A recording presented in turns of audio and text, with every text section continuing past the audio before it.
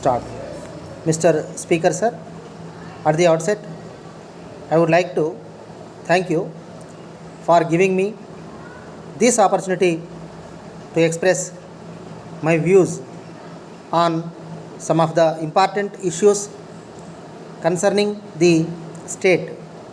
I have been watching what is happening during the last 3 days, and it is a privilege to express my opinions on them.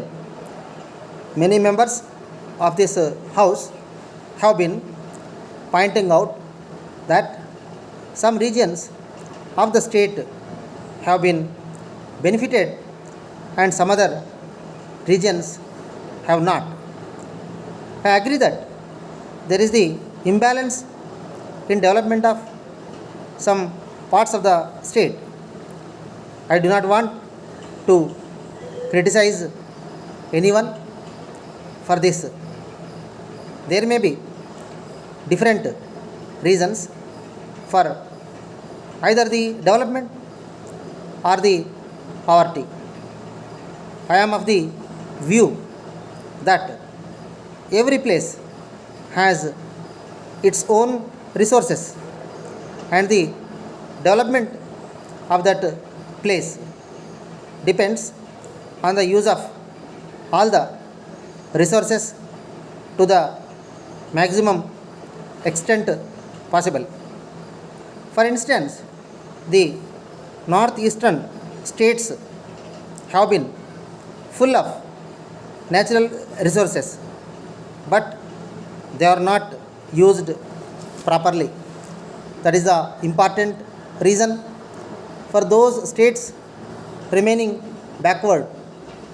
We can blame the government if it does not provide the required resources.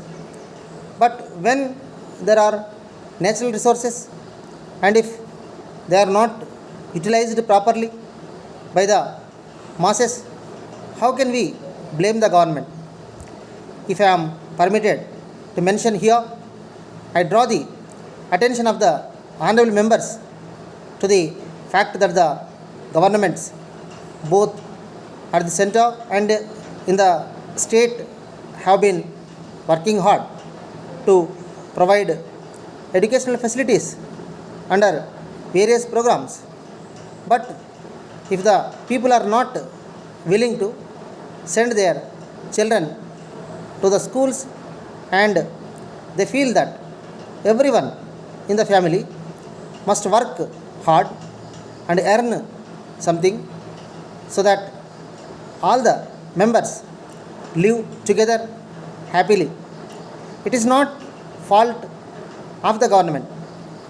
As a matter of fact, the government are providing all kinds of assistance in the form of scholarships, midday meals, etc., to encourage the children of the people below the poverty line to get education, at least to the higher secondary stage.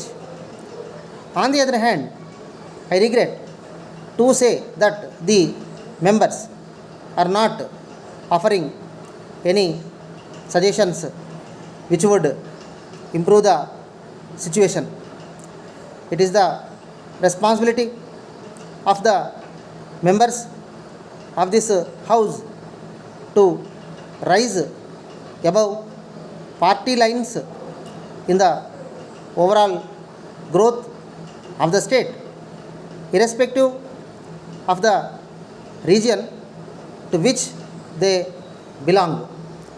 I request the members to stop fighting each other on issues of development and come out with useful suggestions.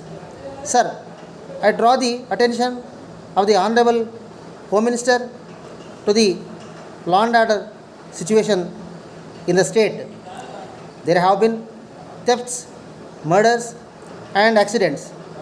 Whenever this issue comes up for discussion, the Honorable Minister expresses helplessness, saying that the existing police force is insufficient to handle the situation.